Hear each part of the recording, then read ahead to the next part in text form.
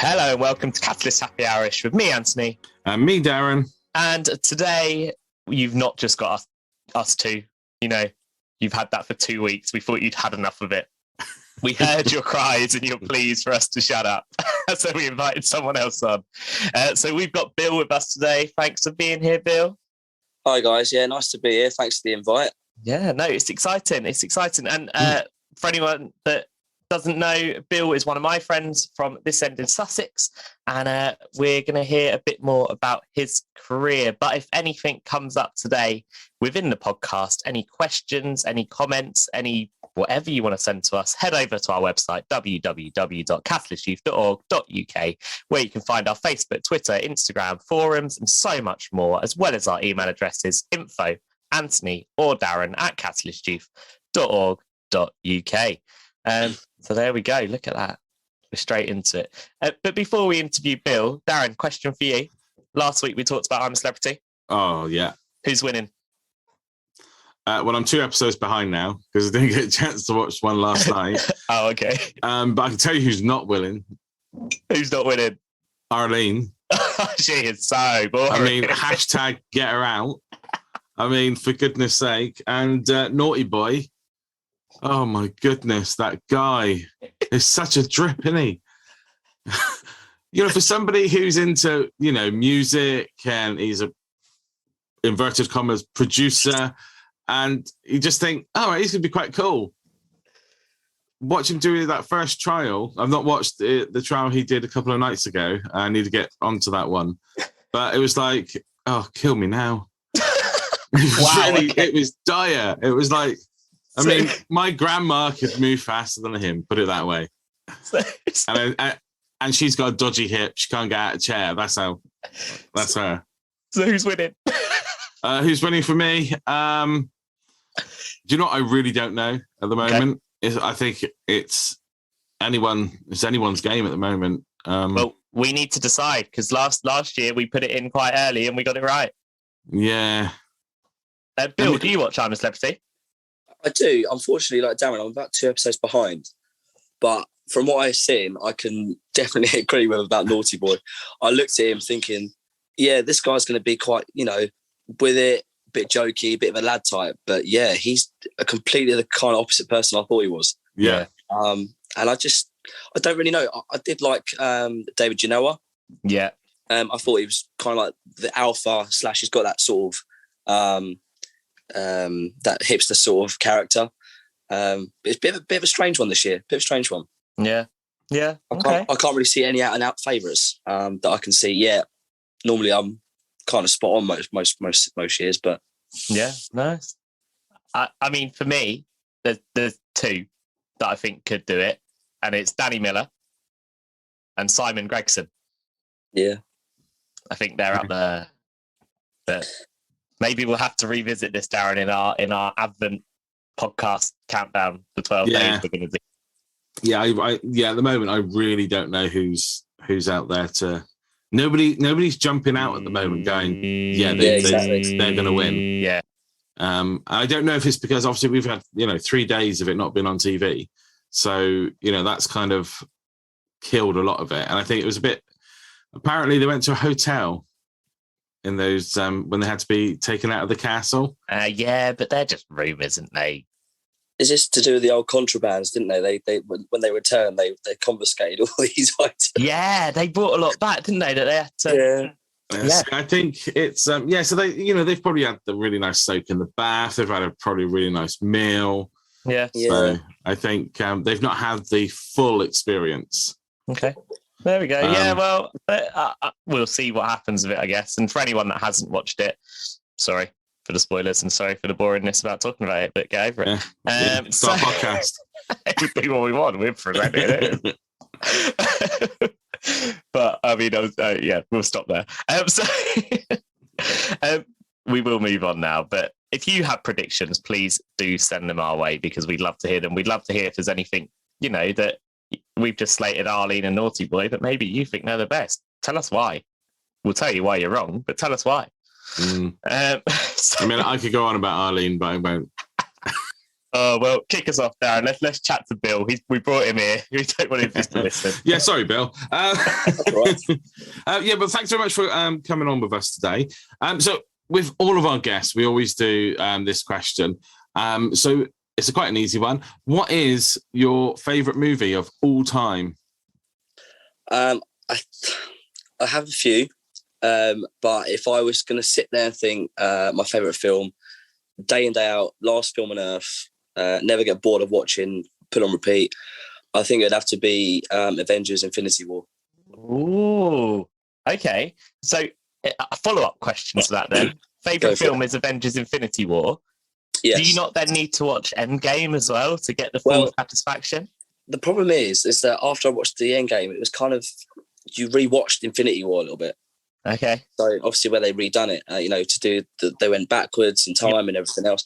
But I think with Infinity War, where they got the battle scenes and the graphics and the CGI effects and all the characters were like, involved, and all the characters played their leading roles like to perfection and to the max what they were. So everyone saw every character at their full ability, and every character you watched, they all had kind of a main role in that film. Yeah. So I think that film sort of excelled, and it had like the most you can get out of each character. So I think if you just loved the Marvel Avengers, that was the film for me watching. And the storyline as well. The storyline was epic. It was incredible. Nice. Yeah, good reason as well. Being a bit of a Marvel nerd, but yeah, that Infinity War was I watched it. I just watched it again and again. It was just insane. But yeah. Nice. Yes. Great. It's definitely one of those films that I watched and thought, you mean I've now got to wait? And it just felt like forever waiting for Endgame to come along. And it's like, what's going on? I think that was always the thing, wasn't it? It was like them films were so good, and if you were a Marvel fan, and you just have to wait such a long time, and they would leave you on such a cliffhanger, and you would know, oh my god, the next film's going to, you can kind of see what the next film's going to be, but it is the time waiting and waiting and waiting. It was one of those that you walked out the cinema and you immediately Googled when is the release date for Endgame. Exactly. And you're like, what? I can't remember how long the because it was 2018. Yes, I believe. Yeah. Yeah. But I'll have a look. See, I think was it? It was around 2 years, wasn't it? Between or it was early 2019. I can't remember now. I mean, controversial opinion here. Are we ready? Endgame was okay. The other Avenger films were better. Like Endgame probably wasn't the best one, considering it was meant to be like the ultimate climax one.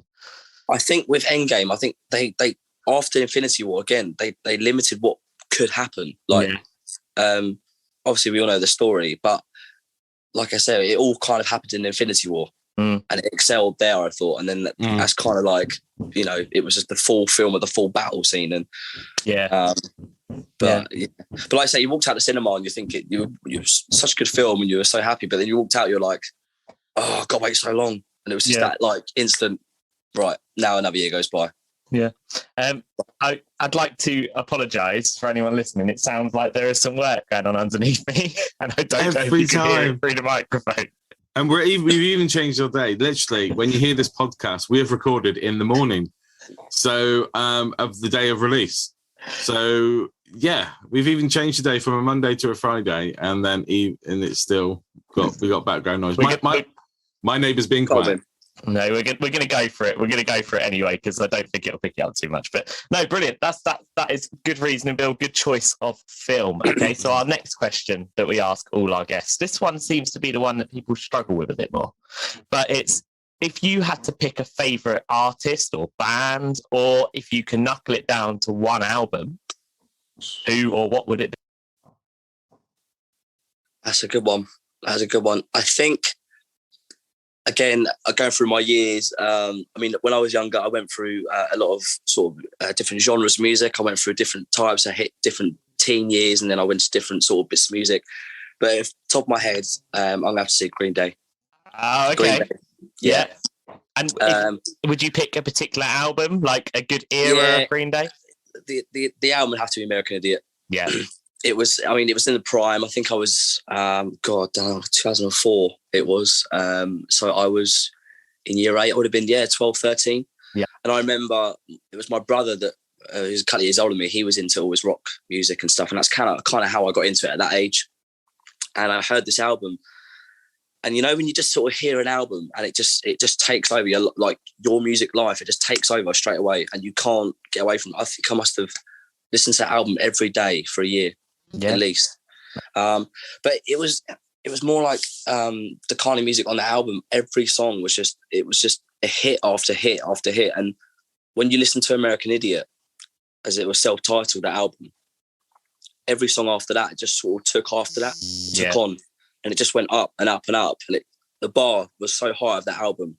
And I think that was kind of like Green Day's problem, where they hit so high with that album, they could never, they never hit above that again, because...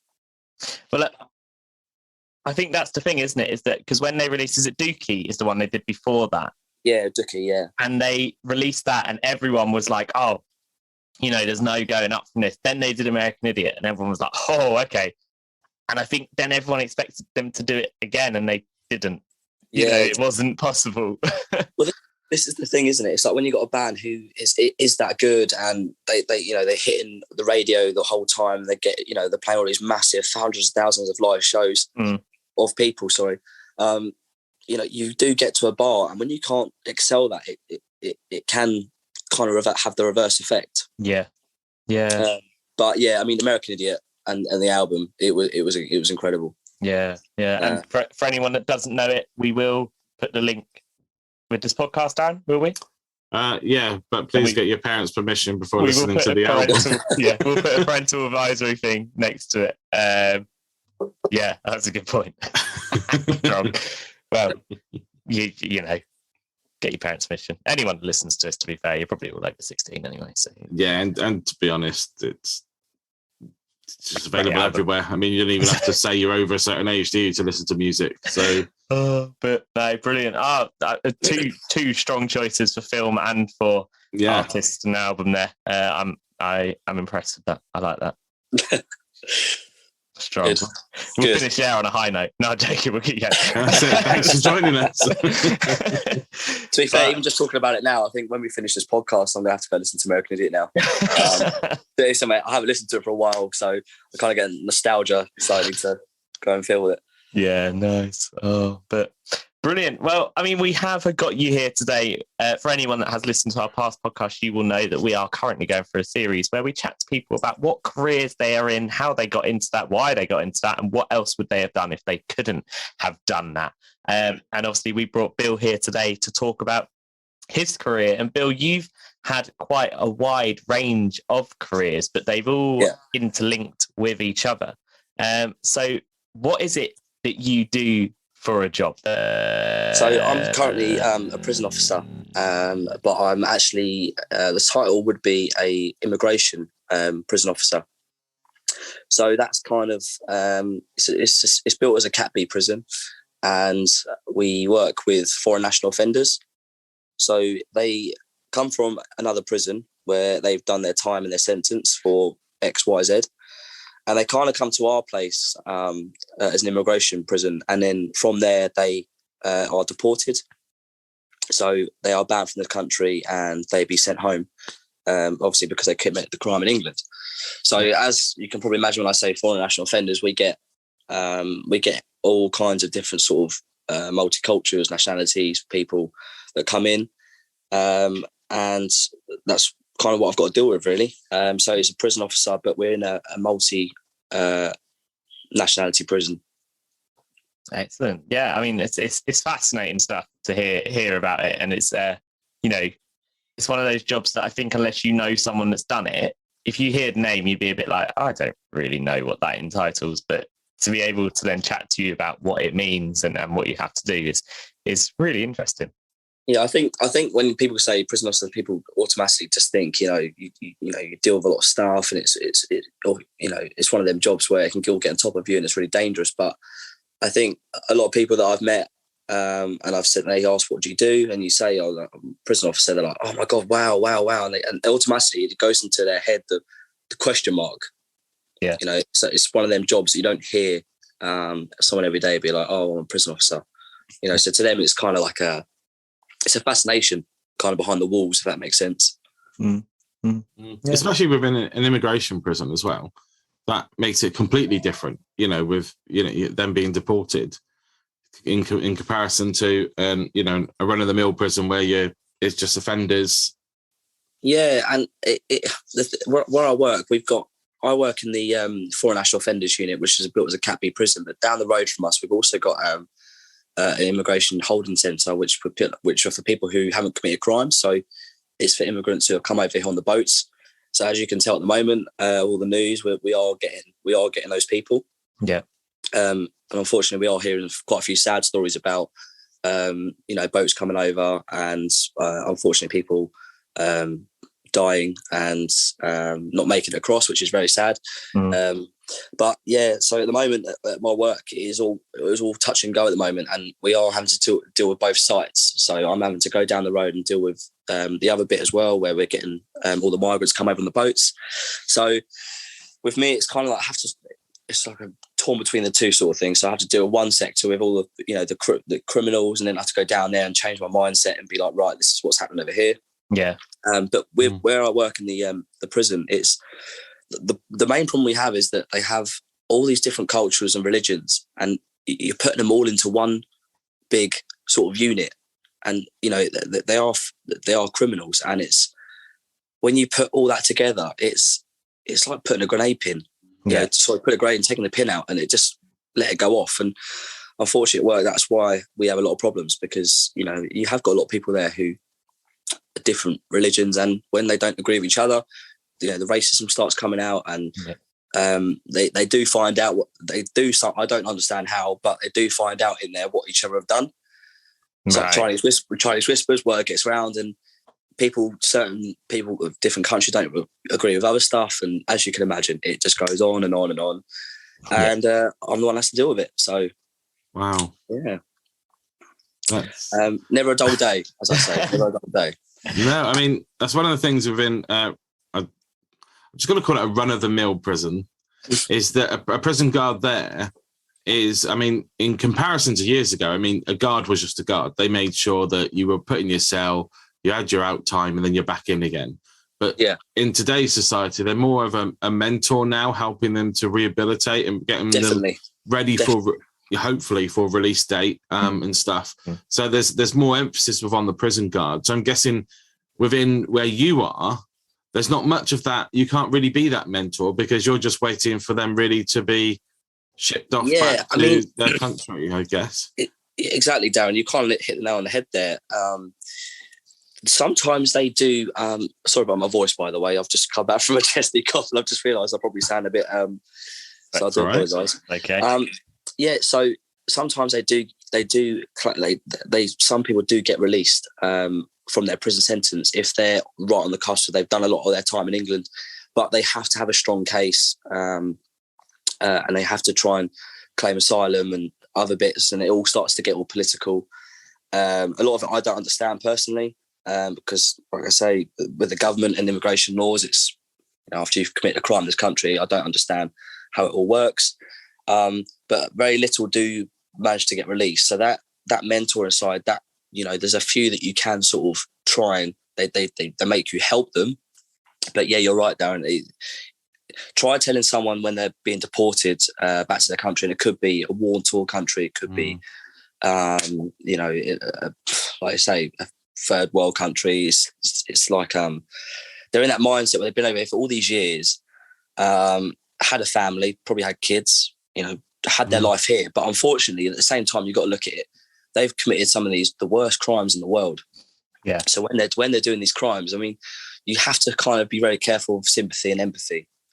At the same time, they're there under your nose. You're there, so your job is to make sure their time at this place is the best it can be. Like I say, they have their association time, and they have the dinners, and they get access around the building to IT and to do their emails and stuff, go out to the courtyards, play a bit of football, but that is it. It's limited.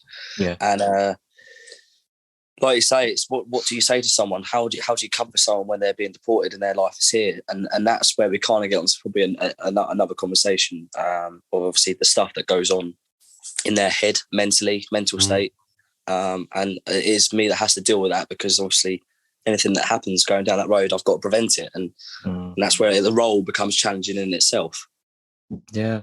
Yeah, definitely. And I think it's one of those things that no one can really comprehend, I guess, how they're feeling, but no one can also comprehend how you're feeling having to manage that situation. It's a fascinating job role. It is really a fascinating role to be in. But how did you get into that career? How did you? So I as I say, I've always wanted to be a police officer, and now I've finally actually got the job of being a police officer. I'm just waiting for my start date now. So I'm waiting for my start date, and I went down the route of I did public services at college and sport science. I wanted to be a PE teacher, funny enough, as well. But I chose not to go to university to try and pursue the role of policing. And my mum was actually a business manager of a funeral company. And she told me that if you want to get some experience for your life experience to be the police, have you ever thought about going down the funeral route? And I said, well, what does that entail? And she went on and on and on. And I applied for the job as a funeral director. And I got the job at, I think I wasn't even 20 yet, I was 19. So I think I'm probably in Sussex, I was probably one of the youngest funeral directors out there. So again, not knowing what I was kind of getting myself into, I knew along the lines, but I knew I needed a job. And I thought, you know what, mum's advice is always right. That's what I used to say. Not sure about now, but back in the day. And I obviously, like I say, it was I took her advice and I thought, what could be the worst that could happen? You know, I don't like the job, I'll leave. Simple as that. So I went as a funeral director, and then they had part of they worked as a coroner's unit. So anyone who doesn't understand what that is, as part of a funeral company, if they have a contract with a private ambulance and people, unfortunately, who pass away in suspicious deaths, it would be me and my partner who would go out in the private ambulance, and obviously we would go to the scene, and we would obviously be the guys there that would take the body away back to the morgue. So we'd be the guys with the big black jackets on. So I did that, and I went to all these different scenes, and that was kind of the experience that was getting me ready for the police. It was getting that life experience, that emergency service side of working with all the other services. So you get fire brigade, paramedics. It depends what the situation was we went to, but that was my experience. Yeah, and that was why my mum said to me, if you can stomach that, you can do that, it would really stem you on and help you. Clip my fingers, 6 years later, I'm still there. And then that was about it, really. After the 6 years of doing that job, and I saw so much different stuff, you know, I won't go into it, but I'd seen a lot of ways of how people take their lives and what happens out there in the real world. And then I still wasn't in the police by then. I'd applied a couple of times, hadn't been successful. So I carried on, got a promotion in the funeral business as well. And I got to 26, and I thought, well, I want to go and do something else now. If I'm still at the police, it was kind of one of them jobs mentally that you have to really be strong-minded for that job. Yeah. And I think because I've been at such a young age, it was. I mean, unfortunately, I did. I was part of the Shoreham air crash that happened, which you will probably know about. Again, I won't go into detail of that, but that hit me hard. That hit me. You know, it was close to home. And after that, I really struggled after. Yeah. And that was the kind of the cap where I was thinking, right, I need to go and do something different now. And then I found the prison service. And I just thought, you know what, if I can go and do that as well, it just builds my CV up, my life career so far. And not only that, I can then do custody side, learn all about that. So I kind of went through funeral really, and then I got into the prison service from there. I've been in prison service for 3 years now. And again, I've learned so much, and I've finally now got my job role in the police, just waiting the start date. And I'll be 30 next year. So if you look back along the timeline, I've had 10 years now of, you know, working in funeral care, doing the coroner's contracts, being a prison officer, now to go into the police. Now, if you said to me back then, would I be a good police officer at 20 years old? For the 10 years now, for life experience, what I've been through and what I've done, I'd say absolutely not. Yeah. I'd say now, going into it, I wouldn't change a thing in my past. I met some great people in funeral care, friends for life. It was a very rewarding job on the other side of it as well. So, when we attended people's funerals and sorted that out, the thanks you got, and you saw how people were so thankful to what a service that you do that a lot of people can't do. Yeah. It was very rewarding. So yeah, I wouldn't change it. I wouldn't change it for the world now. And like I said, going to be a police officer at 30 years old, yeah, 100%, I'll be a better police officer now than what I would have done 10 years ago. And that is basically just the route that I've taken. But I'd say it was a case of mentally challenging what I've done. And it was, like I say, it was kind of like I kept saying to myself, just keep doing it, keep doing this job. It'll be worth it in the end. Yeah. Having that mental state to be like, what you're doing, you're working towards something. Yeah. But at the same time, what you're doing, your job role was so tough in itself. I was never really thinking about the job in front of me. I was always thinking about the future, about where I want to be. Mm-hmm. Why am I doing this job? Why am I putting up with this? It was so tough. But now I've gone to the police, I look back and think, do you know what? It was so rewarding doing what you've done to get where you are. Because yeah, you have a story, you have life experience as well. And that was the main thing. What I've done is having that life experience now.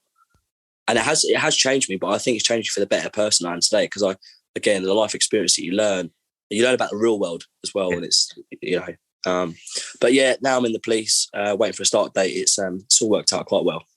Amazing. Yeah, it's a good journey to have been on. And as you say, it all helps build you up to where you wanted to end up in your career. So exactly.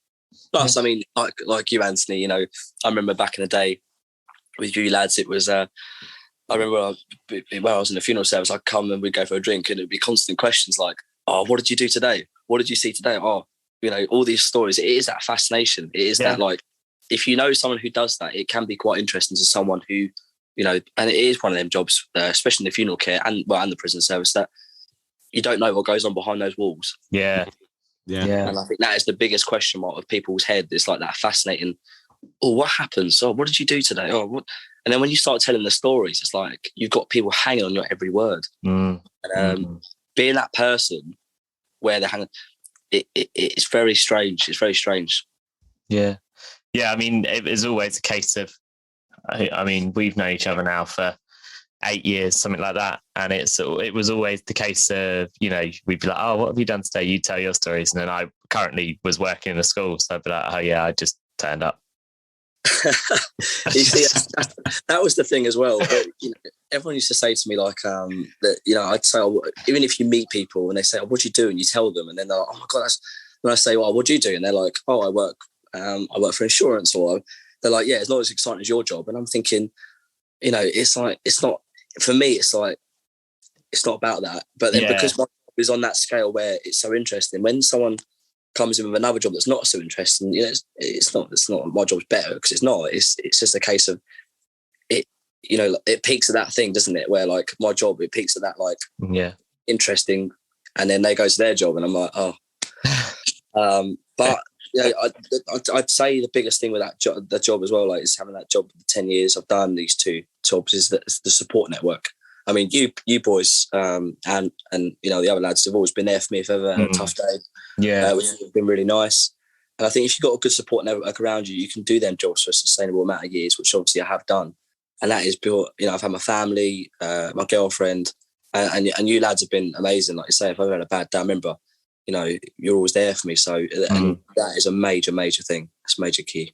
Yeah, huge. Oh no, it's good to hear. It's nice to hear that we're doing well. He's got a big head now. Look what you've given him. Do you remember that, Darren? You need anything? Come to me. I do, mate.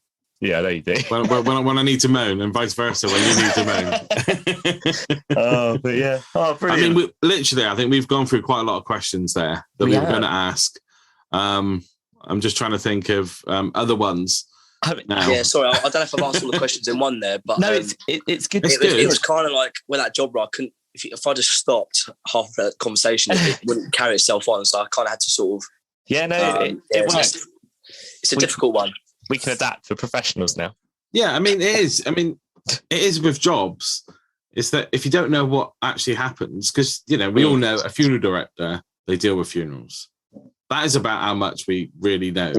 Actually, there is so much. I mean, Oh God, yeah. I mean, behind the doors and everything, with the paperwork that has to be done and with things that has to be done with the body and everything. That is a massive. It's not just about that one day at the church.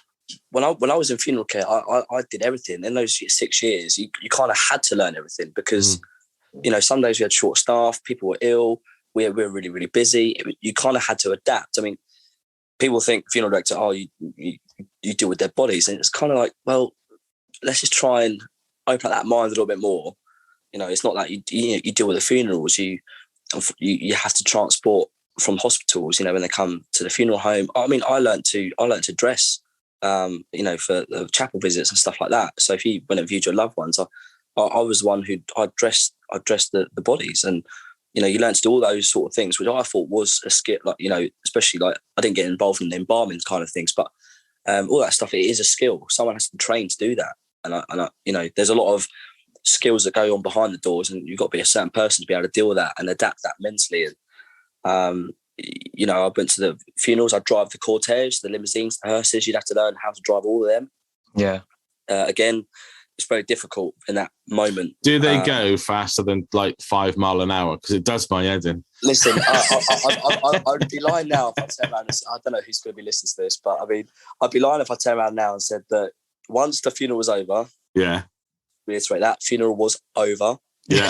And the limousines and the hearses, they were built with big engines because of the weight they'd have to carry, and the limousines, the big cars that they'd carry a lot of people, and the hearses obviously they'd carry, in the back they'd have the decking which weighed a lot, and the decking was obviously for the coffin. I mean, there were times where I went over Sussex, we had branches in Crawley, Eastbourne, Brighton, and you were on a timer. If you had to go from funeral to funeral to get different branches, you had to put your foot down sometimes. So yeah, I did put my foot down and test it, and some of the vehicles there, they had the V6 engines. So they had 2.5 litre twin turbo V6s. So when I was on the motorway, I did put my foot down and test it, of course, because you've got to get places, and we was in a rush between funerals, so got to get places. I tell you, with the crematorium, that is literally, if you're not there on time, that's it. There's no wiggle room either side. It's a risky business, and this is they have got a lot of power behind them, and I did get to experience that. So, but it was the look you got on the motorway. You see a hearse that's got nothing in the back, just one person driving it, and it's flying down the motorway to like 70 miles an hour. You see someone look at me, and the look was just like, am I really seeing this? And I'm like, got to go, got to be places. It'd be funny if you left the boot open. I don't think you'd lost something. Or just an empty coffin in the back, bouncing up and down. The main thing is that in the side of the hearse, you'd have the name of your funeral company. So I always made sure that I took them out. Nice. You got that comes with experience, though. That comes with experience. Yeah, I remember there's my father-in-law's friend. He was a funeral director. He's retired now, but there's a story of they were so busy with funerals, and they had no time to wait around. Well worked out, mate. That was good. I was just trying to think, was there a special work there? But you're so busy that they were booked back to back, and they had so much. They literally, so they dropped off one at the creme, went round the corner on the lane, out of view of the crematorium, opened up the hatch underneath, pulled out the next one, stuck it on top, and went round to the net. It was just quick. The problem is that does happen. I mean, there are so much things I could sit and talk to you for hours about what happens behind the scenes. But I mean, the problem is, when you're that busy, you're already human, and you have to take shortcuts sometimes. And it's kind of the thing, if the family doesn't see it, doesn't know, it's nothing disrespectful. It's just the case of cutting corners. And it's like an if needs must, because they are very busy funeral directors, and the job they do, the time scale of it it's rapid. People think, you got hours between. Sometimes you haven't, but then that comes down to the politics of, obviously, should you be booking funerals? But then companies get greedy, and it's a bit of a grey area. But I can tell you stuff has happened like that before, but they just don't make it so obvious to families because of. I mean, you can imagine, can't you, coming around the corner and suddenly seeing this hearse and somebody yanking out putting the next one on, and we just like you were like, what? I love that. I mean, if you was a fly on the wall, in my place where I've worked over the years, it some of the stuff that I was doing, I had a bit of a conscience thinking, should you be doing this? But it was nothing disrespectful. It's just a case of, again, cutting corners for time. Yeah. But where people think that kind of job you're doing, you should be taking your time and obviously being. But when they push you, and it is, and you're saying, "Well, it's my job," and it's one of them. But I think one of the good things about that job is, and I'll say this, and for the rest of my life, is that a lot of people know around where I live that I've done that job. Yeah, and even after that job, leaving 3 years ago, I've helped a lot of people with advice, being there for them, understanding what it's like to go through that motion, confusion of obviously what they do after of their loved one passing away, and just to know that people, just to know that people come to you and you can still help them even though you've finished the job. Mm-hmm. To go along and help someone in that time, it's kind of a thing, never go away. And that skill that I've learned, the experience I've got in that field, it will never go away. Yeah. So, I've had a lot of friends since I've left that have had their nans or their granddads pass away, some parents, and they've come to me and they've been like, look, Bill, and I've gone round and helped them. And that is something so sort of special and heartwarming to myself, that it's something that I could be proud of, that I've done a job that I can help people in that time. And it is, when they're when they're really upset and they come to me, if I can help in any way, it will never go away. Yeah. So you can't take the after effects. Yeah. No, I mean, it is an amazing, it's one of those jobs that you're always going to have experiences that stay with you, and you're always going to have, but they're not all, I think a lot of the time people hear about that job and they hear that, what it entails, immediately they're like, oh, it's probably quite a negative job then. It's probably quite, which it is. There's times where, you're going to have strains on your mental state and things like that. But on the other hand, you've also got the positives and how you can support people, how you can help people. But yeah, I mean, it's amazing. And I love that our podcast has become a place of the behind the scenes secrets that you're not meant to share. I mean, that could be our new series, what happens behind closed doors, Behind closed doors. But no, it's brilliant. I mean, speaking of hearses, my dad wants a hearse because it's got good boot space. Well, I think it has more boot space than it does seats. Yeah, that's the thing. You ain't worried about the seats. Yeah, that's it. I mean, I think the other thing between the jobs, I think I was just thinking, if I can give any more like sort of insight to what it is. I mean, people think with the funeral care and stuff like that, PTSD, with the stress and the mental state. Yeah. Going back to what I said earlier about being ready for being a police officer, I think especially I'll be joining London. So for anyone who wants to sort of go down that field, like I said, if you haven't experienced before you sort of go into the police, it will be better for you mental state wise. Yeah. Because you kind of already dealt with a lot of stuff in front of you. Like I say, the real stuff that goes on that will happen in the police. So for me, it's kind of, again, worked up the ladder. So you see stuff. I saw stuff in the funeral care. I've gone to the prison. Stuff's happened to me in the prison. I have been injured a couple of times as well. But again, it goes from strength to strength. So when I'm now in the police, mental wise, it's like I now feel that I'm ready. So you do get that ladder, that upwards sort of ladder you climb. So so I think that's why it's quite nicely worked on its way. But I'll tell you this now, 10 years since I was 20 to now, it's flown by like that. So that's crazy. It's crazy. Yeah. I mean, it is all about life experience, though. There's, I have met some police officers in the stuff that I've done, legal stuff, not not the other side. But not when you went to prison. Not when I went to prison. I was going to say, Darren, is there something you're not telling us? And if you want to know about when Darren went to prison, head over to our YouTube page. It's all on there. Yeah, and you'll see the video.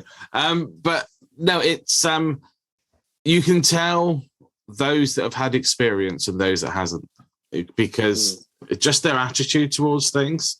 I've met a few police officers that are, on a power trip, and you can tell that they've not had the experience of life as much. Yeah. And it used to be when I was younger, I wanted to join the police force, but due to medical issues, I couldn't get in. But it was back then it was said, you need to go out and have a life. Yeah. Get life experience behind you and then apply. Because at that time, the police force was not accepting anybody at 18. If you applied, you'd immediately be denied because of your age. But now I think because there's less people joining the police, the age has gone down. You can join when you're 18. You're put into the university. That's it. Route, and you do your degree. That's what I'm going through. Even at 30, they're because I haven't been to university, they're now putting me through a degree of policing. Yeah. So even I've got to do that. But like I said, that's a perk. That, if you get a degree of policing, it's no harm at all. It just means you. Unfortunately, when you do the job, you'll have to do a bit of extra on the side. So so I think it's kind of, from what I can gather talking to them, it's a bit like an apprenticeship. You do part in the field and the rest in the classroom. Yeah. So I think as far as I've been told, I've got to do my 8 months training for the police, and then it's a 3-year degree, and you do your job role as it is. So you do 8 months, and you can do your job, but on the side, and when you go home, you'll have all this work to do as like a side project.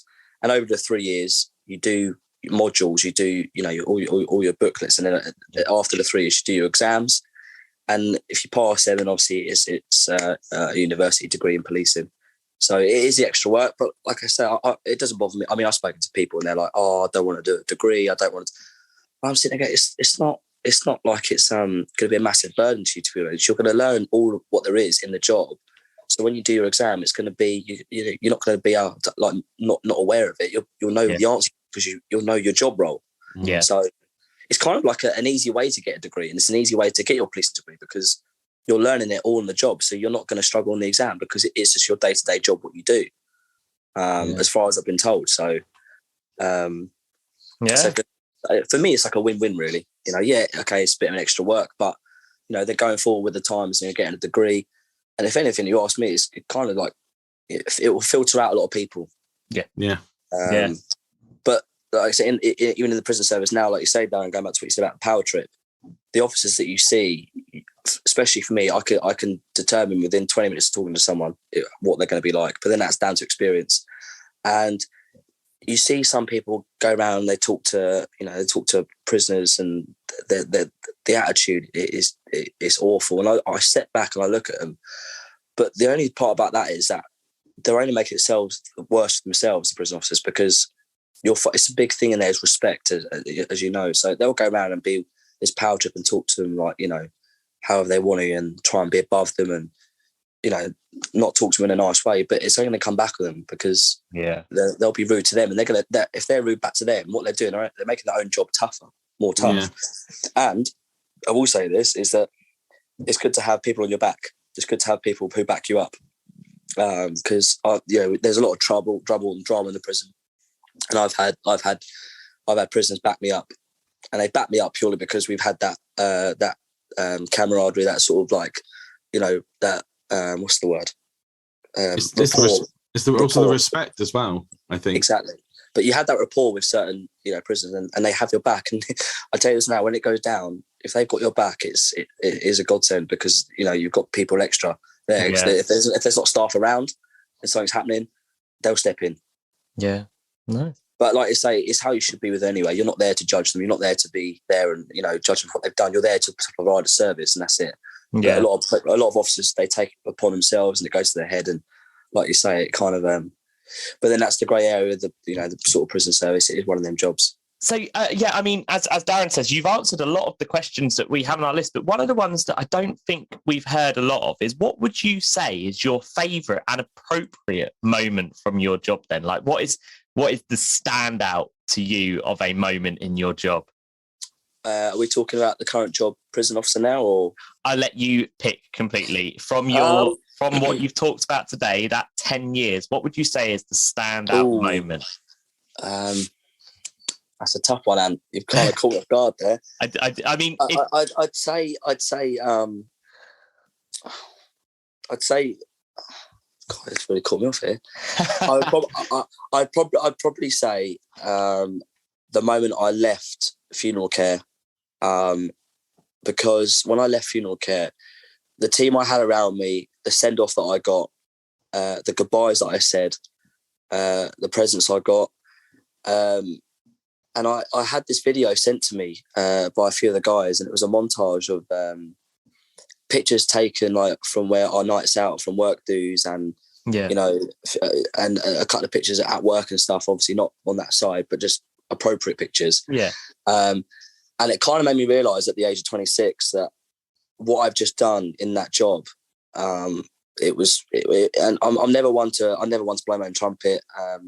I've never been like that. But it was that moment to reflect, thinking, do you know what? You can actually now pat yourself on the back. And say that what I've done in that job, and what I've been through, what I've seen. And at the time, you didn't realise what you were doing. You just thought, oh, it's my job. My job's what I do. But when you stop doing that, and the send off I got from all the guys, it was such a moment where like I did have a little bit of a tear. Because like I said, I worked with some mates for life in that job, and you know, we were there backing each other up, supporting each other the whole way through the job, as a tough job it was. So I'd say, the best moment would probably be when I left funeral care, just to see the reflection and the send off that I got. I think the penny dropped for me then to realise, like, do you know what? You can actually just give yourself a pat on the back and be like, you'll have these moments and these memories for life, and you can always turn around and say you did a job where you really helped people.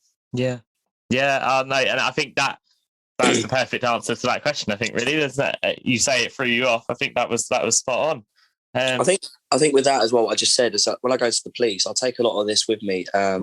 What I've done, you take a lot of it to the police, and you're thinking, do you know what? If there ever comes a time in the police where I think I can't do this, or I'm finding it tough, I'll have these memories and the previous job experience I've done. That I'll always think back to, I thought it was tough before. You can get through this. You'll have that sort of that barrier to be like, do you know what?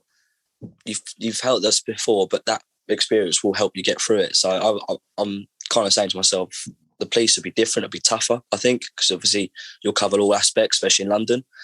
But yeah, I think having that experience will spur me on, and always whenever I find it going gets tough, I'll have that past, be like, nah, you've done that, you can get through this. Amazing. Plus I'll have you boys as well. There we go. And but I mean, for me especially, I mean, Darren, I know you'll be along the same lines, but for me especially, it's fascinating to hear, because as you say, it's not one of those conversations we really have if we're out and about. You know, we'll talk about how was work today, and if there's something going on, we'll chat about it. But to hear the ins and outs and the journey and things like that, I don't hear that a lot. So it's fascinating to hear where you are with it all. And as I say, Darren, I know you'll agree that it's been great to hear about that 10 years journey. It has. It's for anyone that sometimes I have to sit there and remind myself, because where you just done the job and life's gone so quickly, like I said, the 10 years gone so quick. I do have days where you sit back and think, oh my God, that's gone quick. You know, like, where's that gone? Like, I remember the day I started, and it's only 10 years ago now. And I think for anyone that knows, obviously, when we record these podcasts, we do them on Zoom, we will chat for a few minutes before we press record. And one of the questions we said to Bill before we started was, what job are you going to talk about? Because I knew he'd done a few.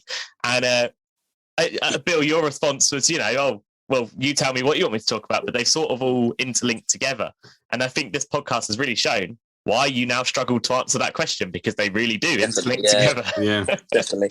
And I think as well, the jobs that I've done, it goes through, they all connect onto each other like quite nicely with the storytelling. You know, it all goes on from one to another. So like I say, that you get that kind of, you know, why I did that, what do you do, how did you get into that? All the questions link to each other, and it explains it. It's in one question, like you say. Amazing. I'm happy that it's turned out to be, like I say, it's gone well for your podcast. And obviously, we've managed to get through all that, so that's good. It's gone smooth. And there is one more question. Oh, well, Darren, you might have more. No, you go for it, and I'll see if I've got anything after. Well, there's one more question that you sort of touched on at the beginning, but we're going to touch on it to finish, because it's a nice one to finish with. But if you didn't get into your current career, then if you didn't go on that journey path, what is another job that you would have liked to have? And I know you sort of mentioned something at the beginning, but I said about the PE teacher. I mean, I've always been sporty. You know, I love you know, teaching kids like sports and stuff. I'm actually a football coach at the moment. I've been a football coach for the last 6 years. New Haven Football Club. So I love that you just shouted out New Haven Football Club on this podcast. Other football clubs are available. Shout out, bless them. No, I've been a coach there for 6 years, and that's kind of like that's what I love doing. I love especially kids. Let them evolve, adapt, especially in sports. If I can pass on my knowledge myself, but it was a PE teacher. But when I got into the funeral business at 20, it was the one job I do regret, and it is a regret because I wish I would have done it. It was to join the Royal Marines, actually. Okay. So, my dad was a fireman, and he was for 30 years. So, as I was a kid growing up, I had a very good childhood, but I had a very disciplined background. My mum and dad, and that was basically strictly, I think, between my dad because being a fireman, and again back in the 90s and early noughties, the discipline he gave us, fair, but I think I had that background where he was in the public service, and I kind of got that feel. And I always looked up to my dad being a fireman, and I went to work with him a couple of times at the station to see what he does. And ever since then, I think that's why I wanted to get into the police service, because I wanted to be part of that services. But yeah, the Royal Marines was the one that I would love to have been a part of.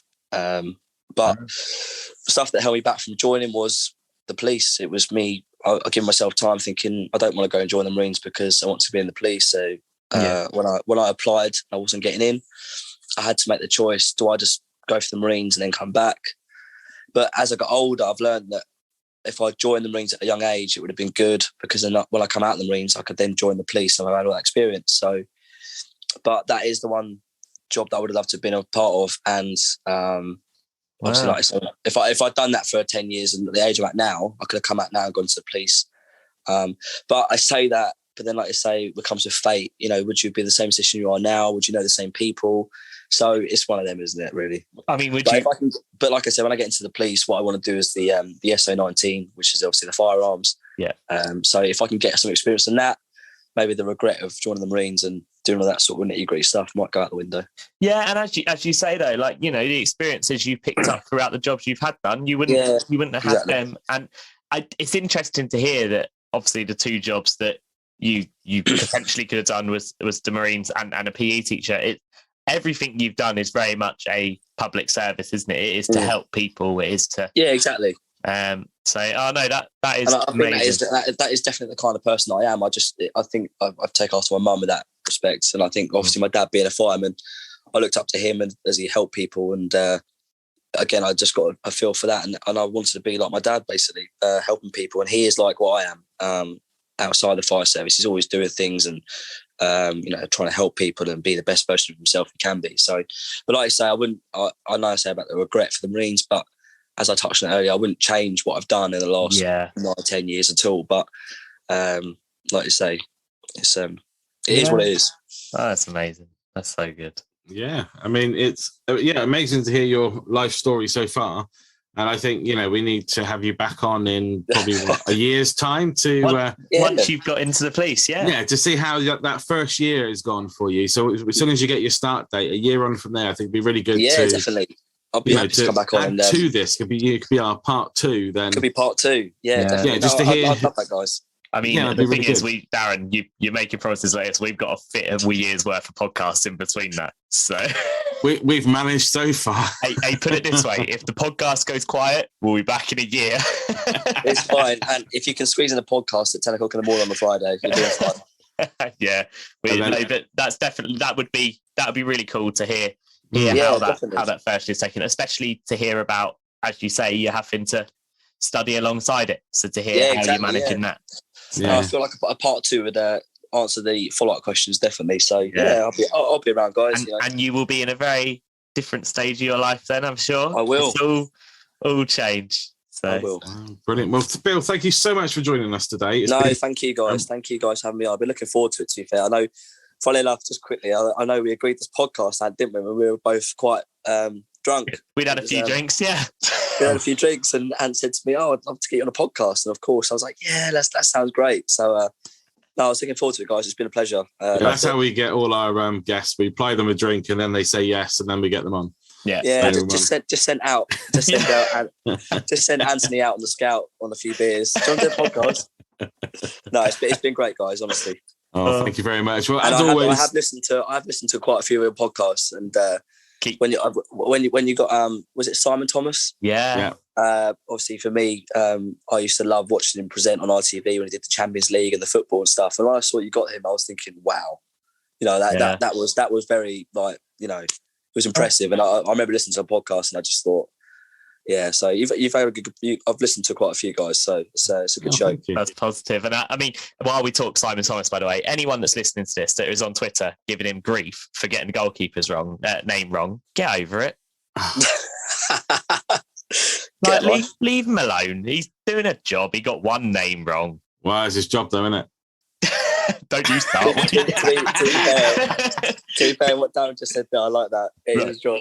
Right. Do you know what? Let's finish this podcast. Okay. Thank you so much for joining us for this week's podcast. Thank you, guys. Don't forget that we are here every Friday, 2 p.m, hopefully, if we can think of more topics to do. Don't forget, head over to our website at www.catalystyouth.org.uk, and our email addresses are info@anthony@catalystyouth.org.uk.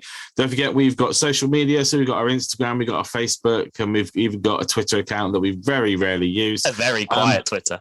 Yeah, so head over to our website where you'll find all the links to those sites. As always, it's goodbye from you.